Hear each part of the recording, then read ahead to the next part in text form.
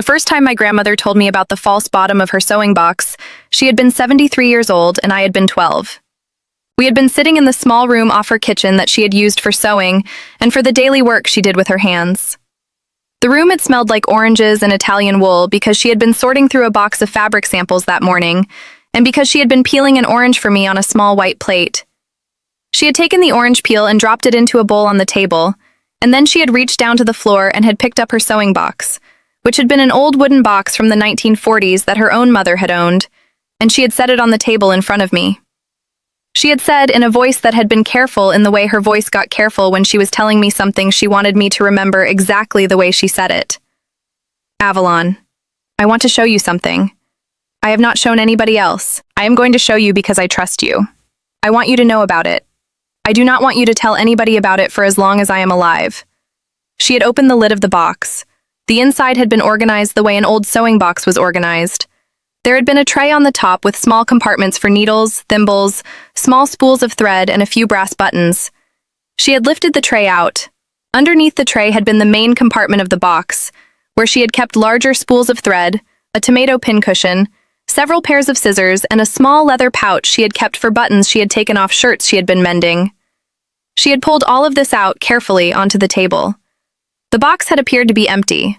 The bottom of the box had been lined with a piece of dark felt that had been cut to the exact dimensions of the interior. She had reached in with her thumbnail, had wedged it under one corner of the felt, and had lifted the felt up. Underneath the felt had been a thin piece of wood, also cut to the exact dimensions of the interior. The wood had been the false bottom. She had lifted the wood out, slowly, the way you lift things you have not lifted in a long time, and that you are trying not to damage. Underneath the wood, in the actual bottom of the box, there had been a small leather envelope, slightly larger than my hand. The envelope had been tied closed with a piece of green string. The envelope had been the kind of thing that had been sitting at the bottom of that box for, I would later learn, almost 5 decades. She had not opened the envelope for me. She had told me she was not going to. She had told me the envelope was a thing she had been holding for a long time.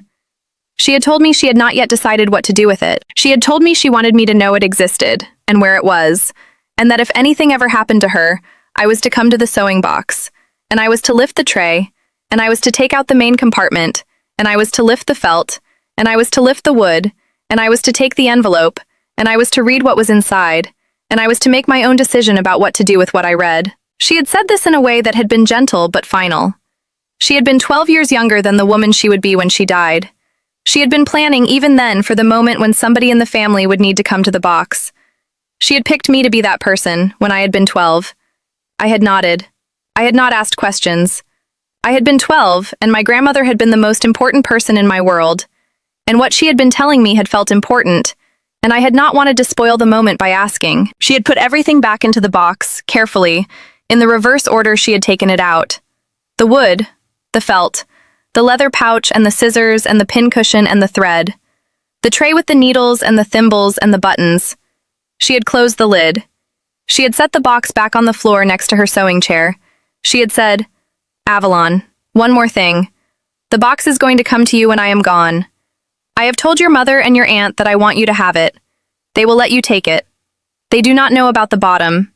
I want you to be the one who finds it. I am sorry I am asking you to carry this. I have been carrying it for a long time. I am ready to pass it. The passing is to you. Thank you for letting me pass it." I had told her, in the small voice you use to tell your grandmother important things at 12, that I would be ready. I am 31 now. My grandmother died 16 months ago. The sewing box came to me 3 weeks ago, after my parents finally sorted through the last of her storage unit. I want to tell you what was in the leather envelope when I finally lifted the false bottom and read what my grandmother had been holding for almost 50 years. I want to tell you what I decided to do with it. I want to tell you because the decision was not the decision I had been planning to make in the 19 years between her first showing me the box and my finally being allowed to open it. I want to tell you because what was inside the envelope was the opposite of what I had been expecting, and the opposite of what most stories about hidden compartments are about, and the deciding what to do about it has been the work of the last 3 weeks of my life. Before I do, hit subscribe, and tell me one thing in the comments. Tell me about a thing somebody in your family told you when you were a child that you carried for years without being allowed to open. Tell me what age you were when you finally got to look at it. Tell me whether what you found was what you had been expecting, or whether the thing inside had been completely different from what your imagination had built around it. I read every single comment. Now let me take you back to the conversation with my mother 3 weeks ago that started the rest of this story. My name is Avalon Tessarini. I am 31 years old. I am an art appraiser at a small auction house in Philadelphia. I appraise mid-century European decorative arts, mostly Italian and French pieces from the 1940s and 50s. The work is mostly small, mostly quiet, mostly the kind of work that involves long afternoons in storage rooms with cotton gloves and a small handheld magnifier.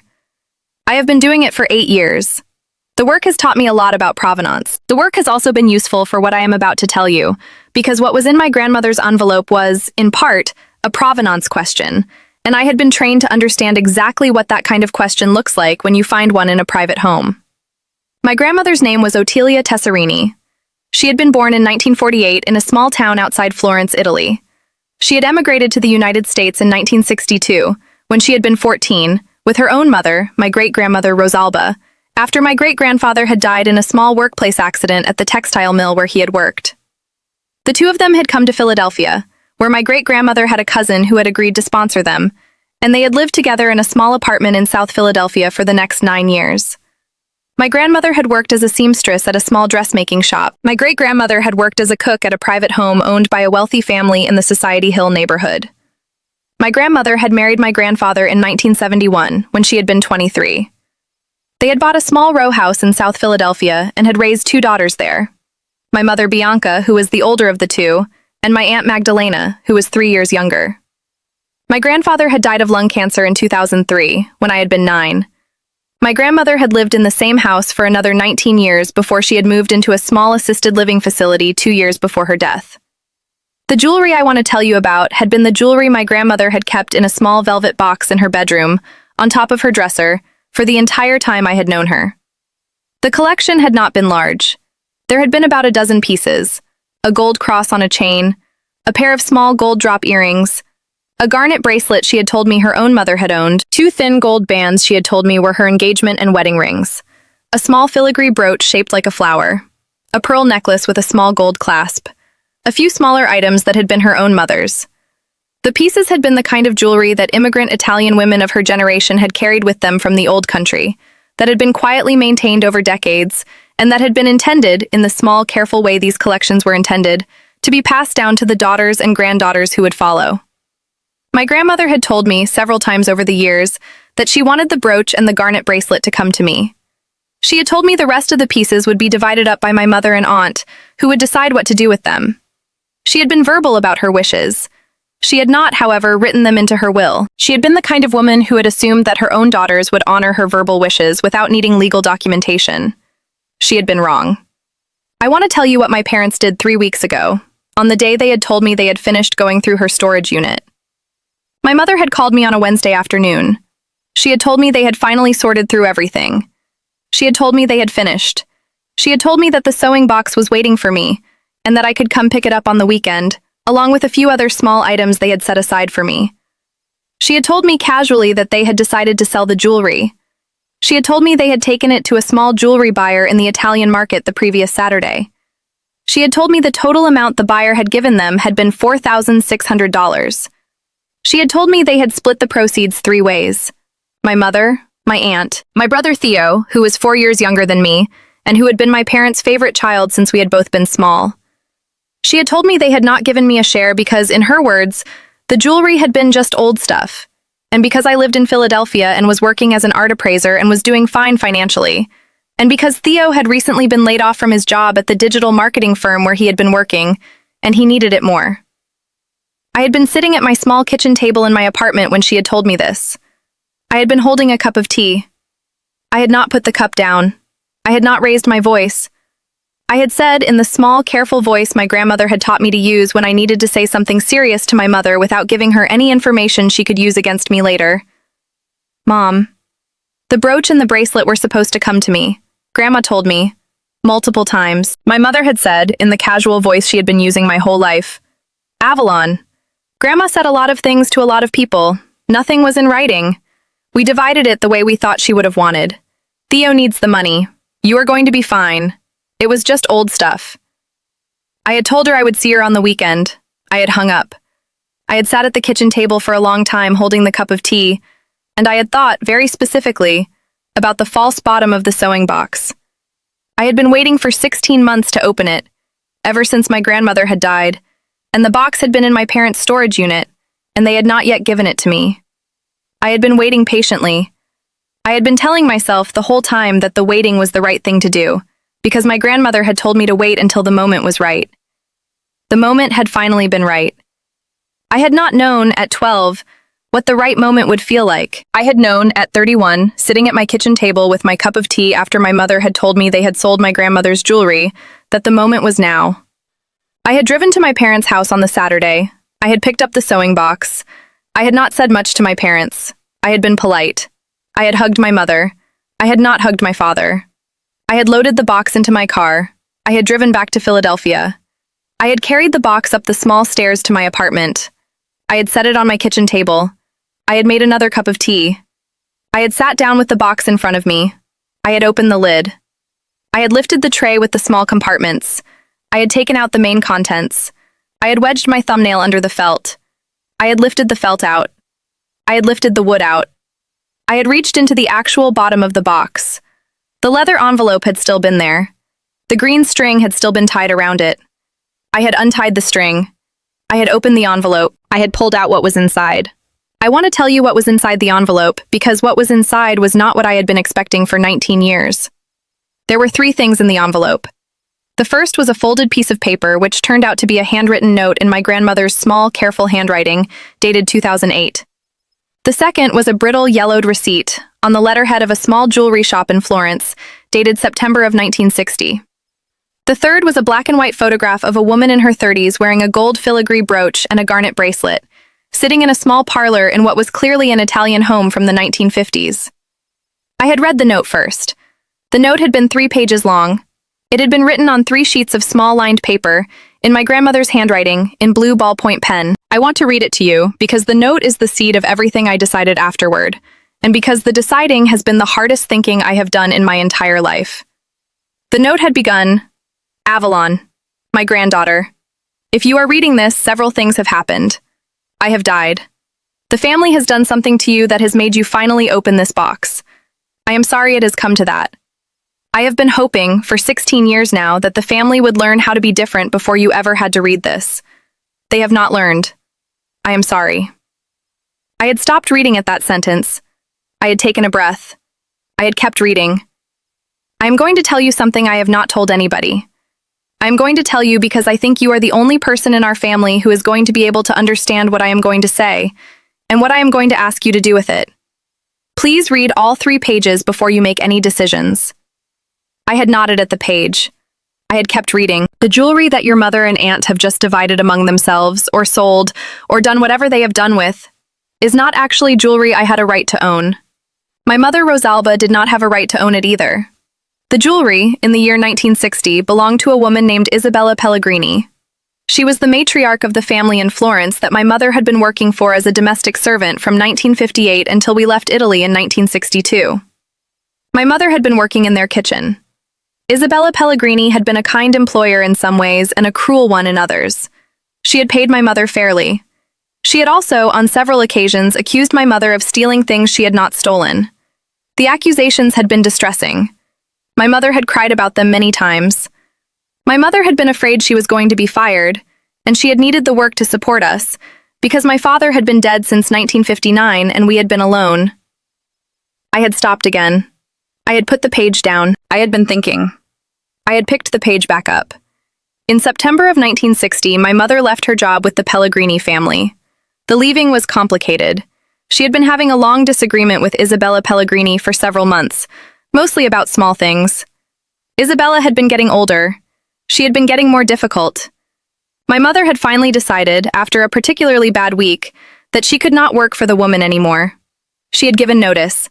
She had agreed to work the final week. During the final week, Isabella Pellegrini had accused my mother, again, of stealing a small gold bracelet that had been missing from her dressing table. The bracelet was the garnet one I have kept for 62 years. My mother had not stolen it the first time the accusation had been made. My mother had been innocent. The bracelet had been on Isabella's wrist when she had accused my mother, and Isabella had been confused, and the bracelet had been found later that day in Isabella's own jewelry drawer. The accusation had still happened. The accusation had still wounded my mother. My mother had carried the accusation home that night, in her small heart, and had cried for an hour at our kitchen table. I had been crying by this point. I had not been crying about my grandmother's note. I had been crying about my great-grandmother Rosalba, who I had only met 3 times in my life, who had been 96 when I had met her, who had been the kind of small, fierce Italian woman who had not spoken about herself, and who I was now meeting for the first time in my own grandmother's careful blue handwriting. The note had continued. On the last day of my mother's employment, my mother had decided to do something she had been thinking about for several weeks. She had decided that since she had been accused so many times of stealing things she had not stolen, she would, on her last day, finally steal one of them. She had decided to take the garnet bracelet, the small gold filigree brooch, and the pearl necklace with the gold clasp. These had been the 3 pieces Isabella had accused her of stealing on different occasions over the years. My mother had taken them. She had hidden them in the small bag of personal effects she had carried home that final day. She had walked out of the Pellegrini house at the end of her shift. She had never gone back. I had set the page down. I had been staring at the page. I had not been crying anymore. I had been processing. The note had continued. The Pellegrini family had noticed the missing jewelry within a few days. Isabella had reported it to the local police. My mother had been questioned. My mother had denied taking them. The police had not had any evidence beyond Isabella's accusation. The case had been closed.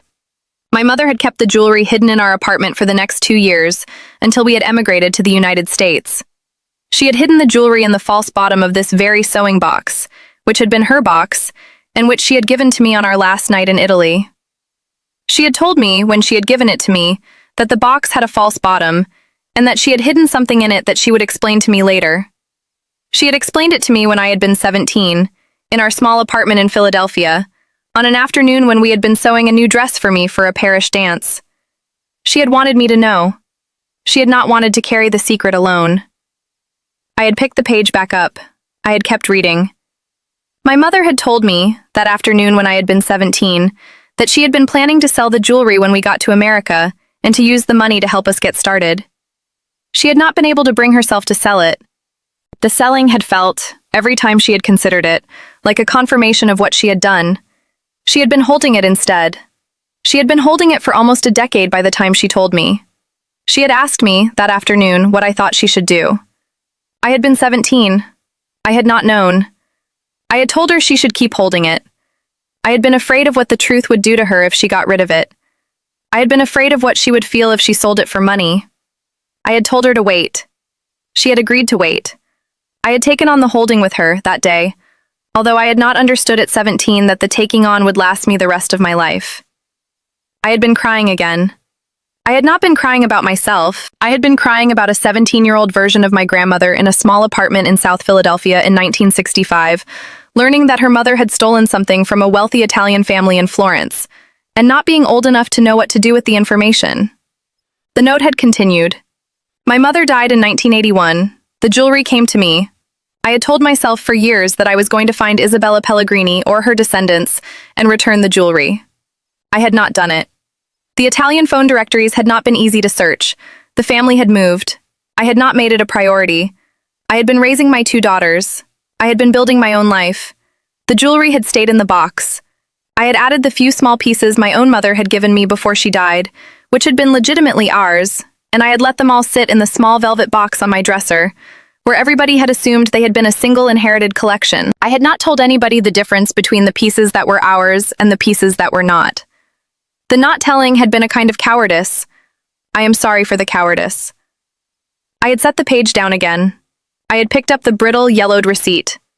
The receipt had been from a small jewelry shop in Florence, dated September of 1960, and had listed 3 items by description. A garnet bracelet, antique, valued at 400,000 lira. A small gold filigree brooch in the shape of a flower, antique, valued at 200,000 lira. A pearl necklace with a gold clasp, antique, valued at 600,000 lira. The names on the receipt had been the same names from the photograph. The receipt had been from Isabella Pellegrini's own purchase records, which her family had been keeping for insurance purposes. My grandmother had somehow obtained the receipt later in her life, I would learn from a later paragraph in the note, when she had finally hired a small Italian genealogist in the 1990s to research the Pellegrini family. The genealogist had located living descendants. The genealogist had also provided the receipt, which had been part of the family's documented holdings. I had picked the note back up. I had kept reading. Avalon. I am going to tell you now what I have been asking you to do for the last 16 years since I wrote this note. I am not going to ask you to be angry at your parents for selling the jewelry. They have done what they have done. I am not going to ask you to take revenge on them. The jewelry was never legitimately ours. The money your parents have just received for it is, in the eyes of any honest accounting, not theirs to have. But it was also never mine to give them, and it was never going to be yours to inherit. The jewelry has been stolen property for 62 years. The selling of it has just completed a transaction that should never have started. I had been holding the page. I had been still. I am asking you instead to do something I have not had the courage to do. I am asking you to return the value of the jewelry to the Pellegrini descendants in Florence. The genealogist's report is enclosed in the leather envelope, along with the names and a small contact card for a lawyer in Florence, who I have been quietly retaining for several years, who has been waiting to be called upon and who knows what to do. The lawyer's name is Ms. Lucrezia Marchetti. She has been instructed to expect a call, eventually, from a granddaughter of mine named Avalon Tessarini. She has been told you will be the one who finishes the conversation my mother and I were not able to finish. I had been staring at the page. I had not been moving. The Pellegrini family descendants are not wealthy in the way Isabella Pellegrini was wealthy. The wealth declined over the generations. The current descendants are mostly middle-class people living in different parts of Italy. The current matriarch is a woman named Greta Pellegrini, who is 81, who is Isabella's granddaughter, who has been told nothing about any of this, and who has been living in a small apartment in Florence on a modest pension.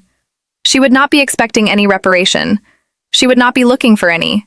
She does not know that her grandmother's stolen jewelry has been sitting in a sewing box in Philadelphia for the last 58 years. I had picked up the photograph.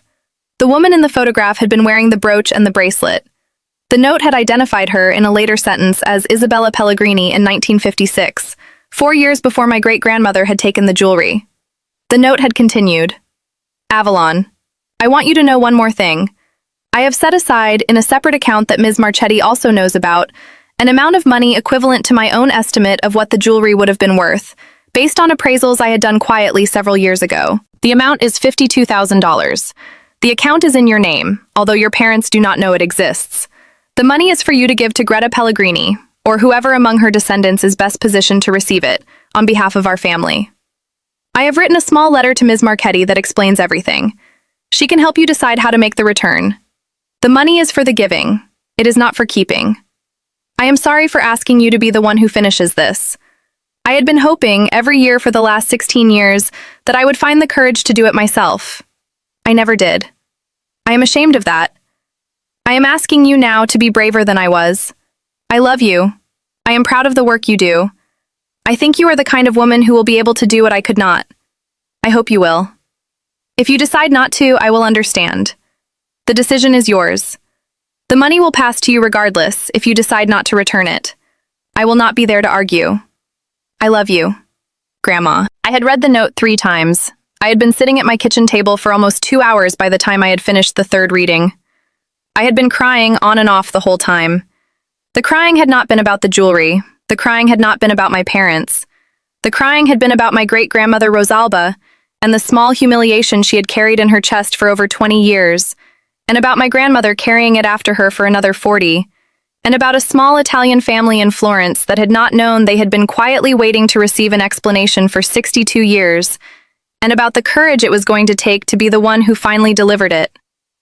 I want to tell you what I did because the doing has been the work of the last 2 weeks. I called Ms. Marchetti, the lawyer in Florence, the following Monday.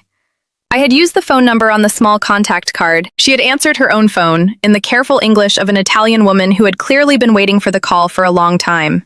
She had said, when I had introduced myself, "Signorina Tessarini, I have been hoping to hear from you. I am so sorry about your grandmother.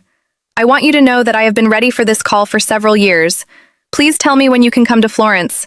We have work to do." I had told her I could come within the month. I had taken time off from the auction house. I had bought a plane ticket. I had flown to Florence 3 weeks ago, exactly 2 weeks after the day I had first opened the leather envelope. I had spent 4 days in Florence. Ms. Marchetti had arranged a meeting with Greta Pellegrini, the elderly matriarch who had been gracious and warm and confused, and who had been told only that an old family debt was being settled. We had met in the small parlor of Greta's apartment. Ms. Marchetti had translated. I had told Greta the entire story. I had given her the receipt, the photograph, the genealogist's report, and a cashier's check for $52,000, which had been the exact balance of the account my grandmother had set up in my name. I had explained that the money was meant as a small repayment, 62 years late, from my family to hers, for the jewelry my great-grandmother had taken on her final day of work in Isabella Pellegrini's home. Greta had cried. I had cried. Ms. Marchetti, who had been translating, had cried too, in the small Italian way professional women cry when they are trying to maintain their professional composure during a conversation that is exceeding the bounds of professional composure. Greta had taken the check. She had told me, through Ms. Marchetti, that she had not been expecting anything from anybody, that she did not need the money in the way somebody desperate needed money, but that she was grateful for what the gesture represented. She had told me Isabella had been a difficult woman, and that she suspected, looking back, that Isabella had probably accused other domestic workers in her life of things they had not done, and that the family had carried, over the generations, a quiet awareness that Isabella had been unkind to the women who had worked for her. She had told me my great-grandmother had probably been one of many. She had told me that, in her mind, my great-grandmother had been a woman who had finally taken something back on her last day, after years of being accused of taking things she had not taken, and that the taking back had been a kind of justice my great-grandmother had been entitled to in a way the formal legal system would not have provided her at the time. She had told me she was not going to use the word forgiveness because she did not think there was anything to forgive. She had told me she was going to use the word completion. She had said the cycle was completed now, between our two families, and that the completion was a gift to both of us.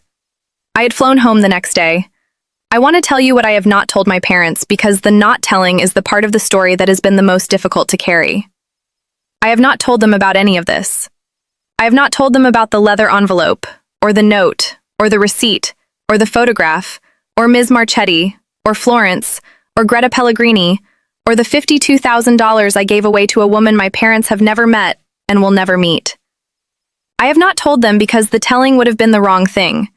The telling would have been a way for me to humiliate them, by showing them that my grandmother had been making moral decisions on a scale they were not capable of making. The humiliation would have been satisfying. The humiliation would have also been, in the long run, a way for me to make myself feel better about a transaction my parents had already completed, and that they were not going to undo, and that I had already, through my own actions in Florence, balanced in a different way than the way they had assumed I was going to want it balanced. My parents are still living their lives. They have spent the $4,600 from the jewelry sale. They do not know I know they sold the brooch and the bracelet that should have come to me. They think I have moved on. I have moved on, in the sense that I am not angry at them in the way I might have been if I had not opened the envelope. I have not moved on, in the sense that I have decided I am no longer going to be the daughter who pretends my parents have not been the kind of people they have been for 31 years. I am going to be polite to them. I am going to visit them once a year. I am not going to share my life with them in the way I had been sharing it. The not sharing is not punishment. The not sharing is the small, honest distance that follows from knowing things about your own family that they have not earned the right to know about themselves yet. My brother Theo and I have been having difficult conversations. He has felt guilty about the money. He has not known why. I have not told him. He has been calling me more often than he had been calling me before. He has been asking me how I am doing. He has been, in the small, careful ways some brothers do when they sense they have done something wrong without being able to name what, trying to be more present in my life. I have been letting him. I have not been holding it against him. He had been the recipient of money that had not actually belonged to anybody in our family in the first place. The money was always going to find its way out of our family eventually. It found its way out through Theo and my parents in one direction, and through me and the Pellegrini family in another. The arithmetic is final. Theo and the Pellegrinis are even, in a way, even though they will never know each other exists. I want to tell you what I have learned because the learning has been the part of this story that has reshaped how I think about my whole family. The first thing I have learned is that not every wrong in a family is a wrong that needs to be avenged. Some wrongs are the visible piece of a larger inheritance that has been moving through your family for generations, and that is going to keep moving until somebody decides to break the chain. The chain in my family had been a chain of small thefts and small accusations and small humiliations, going back to a young Italian widow working in a wealthy woman's home in 1960 Florence, and continuing through a small velvet box on a dresser in South Philadelphia, and through a sewing box in a storage unit, and into a check at a jewelry buyer in the Italian market 3 weeks ago. The chain had been moving for 62 years.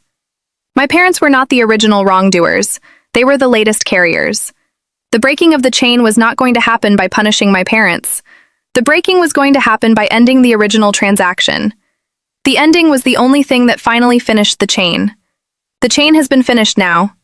My parents will never know they helped finish it. The finishing did not require them to know. The second thing I have learned is that the secret things our grandparents leave us are not always the things we have been imagining for years. I had been imagining for 19 years that the leather envelope contained something that would let me do something dramatic in my family. A revelation, a piece of evidence, a confession, a document that would change the balance of power between me and the people who had been wronging me my whole life. The envelope had contained something different. The envelope had contained a request. The request had been a request to do something quiet, expensive, and morally complicated, on behalf of a great-grandmother I had barely known, for the benefit of a family I had never met, in a city I had never visited. The request had asked me to give away $52,000 I could have kept. The request had asked me to do this without telling anybody in my own family. The request had asked me to be the kind of woman who would understand that the doing of the right thing in private is more important than the demonstrating of moral superiority in public. I had not been that kind of woman before I opened the envelope.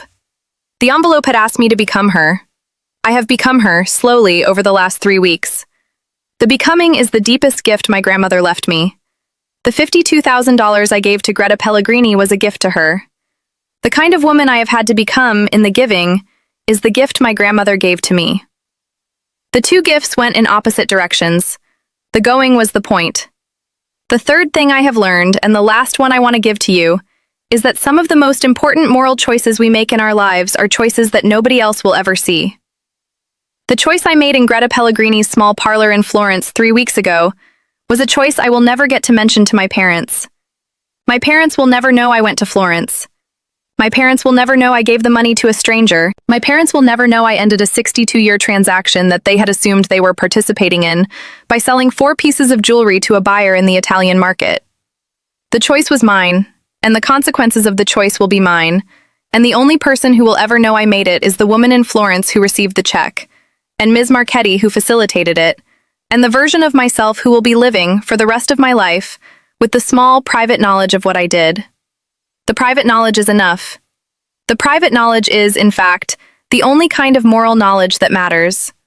The public version of moral knowledge, the one where you announce your choice and receive credit for it, is a different thing entirely, and a smaller thing. The bigger thing is the thing you do in the small parlor of an old woman's apartment in Florence, where nobody is going to write it up, and where no audience is watching, and where the only witnesses are an Italian lawyer and an 81-year-old woman who is going to live for maybe another decade, and is going to be the only person in your life who has ever known what you actually did.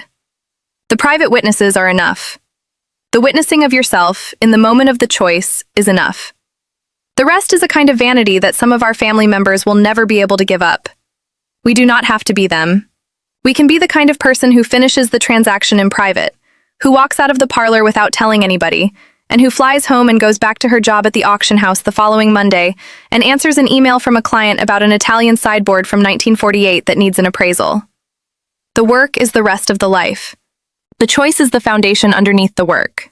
The two of them together are what make a life worth carrying forward. The carrying is yours to do. I want to ask you something before you go. Tell me in the comments about a moment when you made a difficult moral choice that nobody else in your life will ever know you made. Tell me what the choice was. Tell me how long you carried the option to make a different one. Tell me what made you decide to do the harder thing in private rather than the easier thing in public. Tell me what it has been like to be the only witness to what you decided. Tell me whether the private knowledge has been enough. I think for most of us, the private knowledge is the only thing that ever fully sustains us through a hard choice. I would like to hear about yours. There are more of us doing the private work than the public versions of our lives would ever suggest. We have been finding each other quietly, in small parlors and at small kitchen tables for years. Tell me yours. I will be reading every single comment. I will see you in the next one.